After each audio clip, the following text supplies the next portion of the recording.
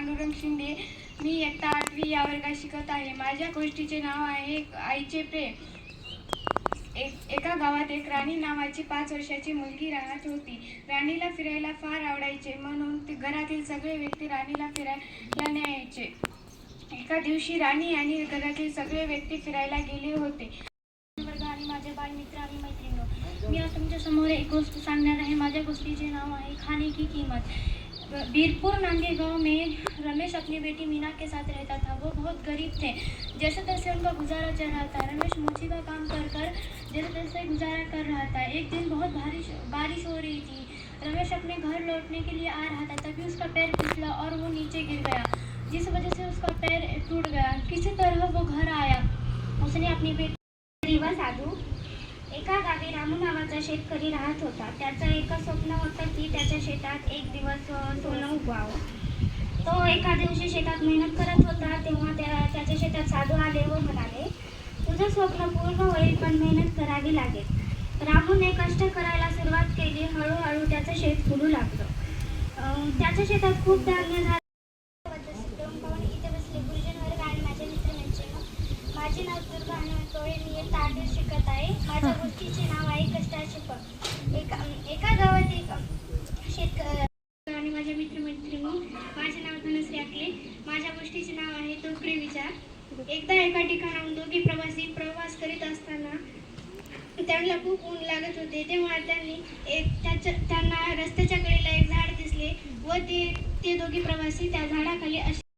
माझे मित्रमैत्रिणी, मी तुमच्या समोर एक गोष्ट सांगणार आहे. माझ्या गोष्टीचे नाव आहे मुंगी आणि कबूतर. एका जंगलात एक मुंगी आणि कबूतर राहत होते. मुंगीला खूप तहान लागली होती, म्हणून तिने नदी काठी गेली आणि पाणी पिताना तिचा पाणी. सिमरन गायकवाड. माझ्या गोष्टीचे नाव आहे आळस रूपी शैतान. एका कष्टाळू शेतकऱ्याकडे एक शैतान आला व म्हणाला, चल मी तुझी शेतीच्या कामात मदत करतो. पण शेतकऱ्याने त्या शैतानाला नाकार दिली. सांगणार आहे. माझ्या गोष्टीचे नाव आहे बोलणारे झाड. एका गावात एक खूप जुने आंब्याचे झाड होते.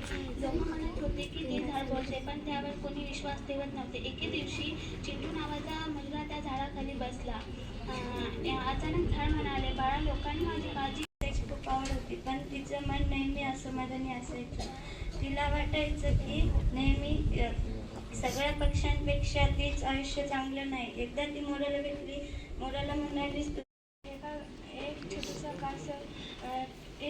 कासव किनाऱ्यावर वाट पाहत होता. वादळाला सगळेच मागून पळून गेले, पण तो कासव थांबला, प्रयत्न करत राहिला. सकाळी बघताच तो समुद्रात पोहोचला होता. त्याला प्रिय होता. तो त्याची प्रत्येक कामात मदत करायचा. दुसरा मित्राबरोबर त्याची मध्यम 2-3 दिवसाची शिकवायची.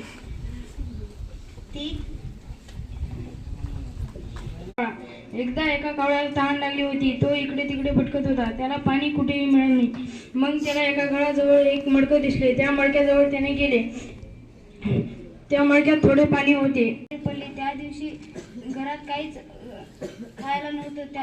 तेव्हा त्याला समजलं, आई तलावातील पाणी आटल्यामुळे त्याच्यात राहणारे 2 बेंडूक पाणी हुडकत निघाले.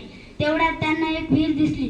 त्यातील एका बेंडकाने त्या विहिरीत टोकावून पाहिले व आपल्या मित्राला म्हणाले, ह्याच विहिरीमध्ये.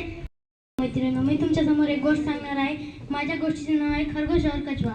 एक जंगल में एक खरगोश और एक कछुआ रहता था. खरगोश को अपनी गति पर बहुत घमंड था. खरगोश कछुए को हर रोज परेशान करता था. एक दिन खरगोश ने कछुए से कहा, क्या तुम मेरे साथ रेस लगाओगे? कछुए ने कहा, क्यों नहीं.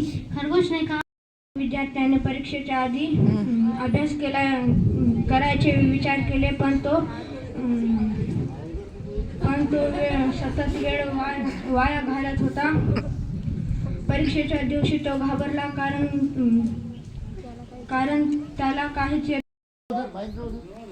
शापुरे सरांचे आभार मानते. माझ्या गोष्टीचे नाव आहे वेळेचे महत्त्व.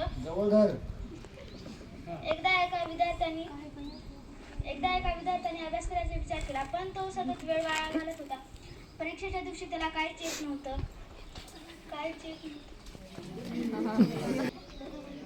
शिक्षकाने सांगितले, वेळ गेल्यावर शहाणपणा उपयोग. माझे नाव वेदिका पवार आहे. मी इयत्ता 8वी मध्ये शिकते. मला अध्यक्ष केल्याबद्दल मी वर्ग 8वी व शापुरे सरचे आभार मानते आणि मी माझ्या गोष्टीला सुरुवात करते. माझ्या गोष्टीचे नाव आहे खरी मैत्री. एका लहानशा खेडेगावात श्रीधर आणि त्याचा मित्र राम राहत होता. त्या दोघांमध्ये खूप गाढ मैत्री होती, पण त्यांच्या आर्थिक स्थितीमध्ये मात्र तफावत होती. रामची परिस्थिती चांगली होती, पण श्रीधरची मात्र हलाखीची होती. ते दोघेही जवळच्या गावात शाळेत शिकायला जात असत. रामचे वडील त्याच गावात नोकरी.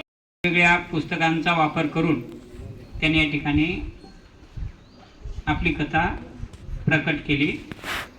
तर या कथामालेमध्ये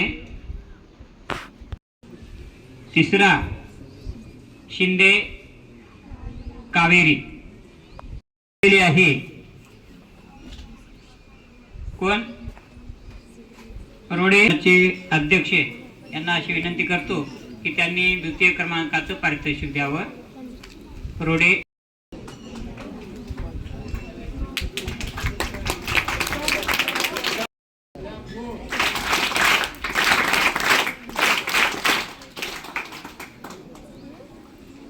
यानंतरची